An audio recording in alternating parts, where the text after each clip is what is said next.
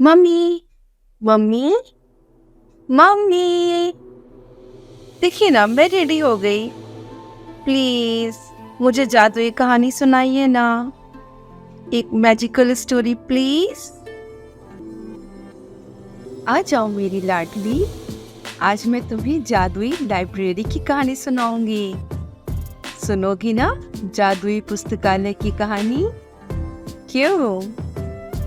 क्या magical library? मुझे तो किताबें पढ़ना बिल्कुल पसंद नहीं।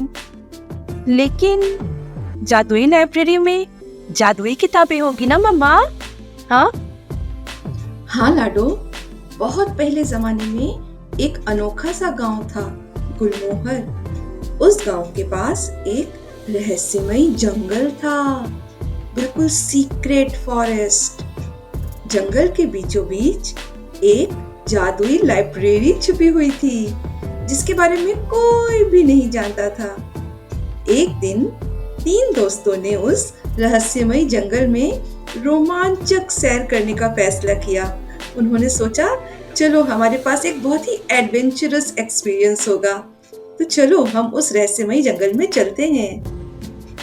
एक दोस्त का नाम अब्दुल था, जो बहुत ही ज्यादा जिज्ञासी था। मतलब उसको हर चीज जानने का मन करता था, किसके पीछे क्या वजह है, ये ऐसा क्यों है, वैसा क्यों है। दूसरे दोस्त का नाम वीर था, जो बहुत ही बहादुर था। और तीसरा दोस्त का नाम था जेमी। जेमी बहुत ज्यादा बुद्धिमान था, अ वाइज मैन। जब वो जंगल जा रहे थे, काफी अंदर पहुंचने के बाद वो रास्ता भटक जाते हैं और उन्हें जादुई लाइब्रेरी दिखाई देती है। इस जगह को देखो, किताबें आसमान को छू रही हैं और कितनी चमक रही हैं। आखिर इन किताबों में क्या रहस्य छिपा हुआ है? सुनो, हमको बिल्कुल भी डरना नहीं चाहिए। हम सब एक किताब चुनते हैं और देखते हैं कि ये हमको क्या बताती हैं। लेकिन याद रखो फ्रेंड्स, ज्ञान मतलब नॉलेज में बहुत ताकत होती है। तुम क्या सीखना चाहते हो, जरा सावधानी से चुनो, क्योंकि तुम जिसको चूज करोगे तुम्हारी लाइफ भी वैसी ही हो जाएगी। फिर जब उन्होंने अपनी चुनी हुई किताबें खोली ना, तो एक जादुई चक्कर ने उन्हें कहानियों में पहुंचा दिया।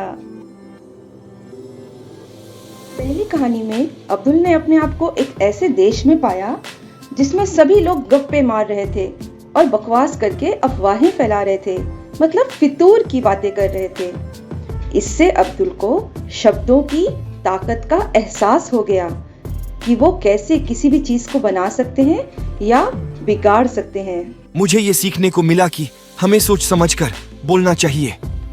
हमारे शब्दों में बहुत असर होता है, ये सीधा दिल तक जाते हैं, तो हमको किसी का भी दिल नहीं दुखाना चाहिए।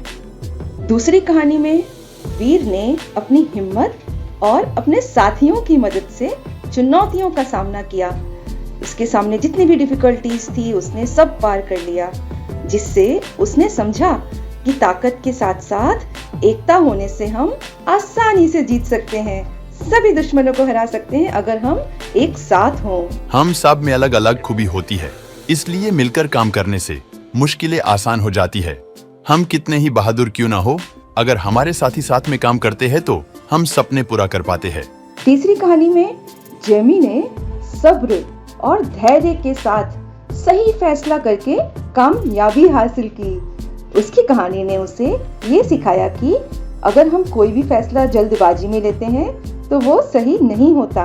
अगर हम अच्छे से सोच विचार करके फैसला लेते हैं, सब्र या धीरज से कदम आगे बढ़ाते हैं, तो हमको नुकसान का सामना नहीं करना पड़ता और पेशेंस से हम कामयाब हो जाते हैं। कहानियां पूरी होने के बाद तीनों दोस्त वापस से लाइब्रेरी में आ जाते हैं। उसके बाद तीनों दोस्तों ने मिलकर सूझबूझ से फैसला लिया और एक साथ मिलकर सही रास्ता चुना, जिससे वो वापस अपने गांव पहुंच सके। एक साथ मिलकर उन्होंने जादुई किताबों की बातें सारे गांव वालों को बताई। अक्लमंदी, सहानुभूति और एकता के महत्व को जानकर गुलमोहर गांव के लोगों की जिंदगी बदल गई। अब वो समझ चुके थे कि बुद्धिमानी से हम अगर शब्दों का प्रयोग करें, एक दूसरे के साथ प्यार से बर्ताव करें और हमेशा साथ में मिलजुल कर रहें तो हम कामयाब हो सकते हैं, हमारे गांव का नाम रोशन हो सकता है। इससे वहाँ के सभी लोग खुशहाल जिंदगी जीने लगे। हाँ, इसका मतलब हमारी जिंदगी में हम जो फैसले लेते हैं, जिन चीजों को चुनते हैं और जो सीखते हैं, वो सिर्फ हमारी लाइफ ही नहीं बल्कि हमारे पूरे समाज को बेहतर बना देता है। हाँ मेरी बच्ची, बिल्कुल सही कहा तुमने, शाबाश।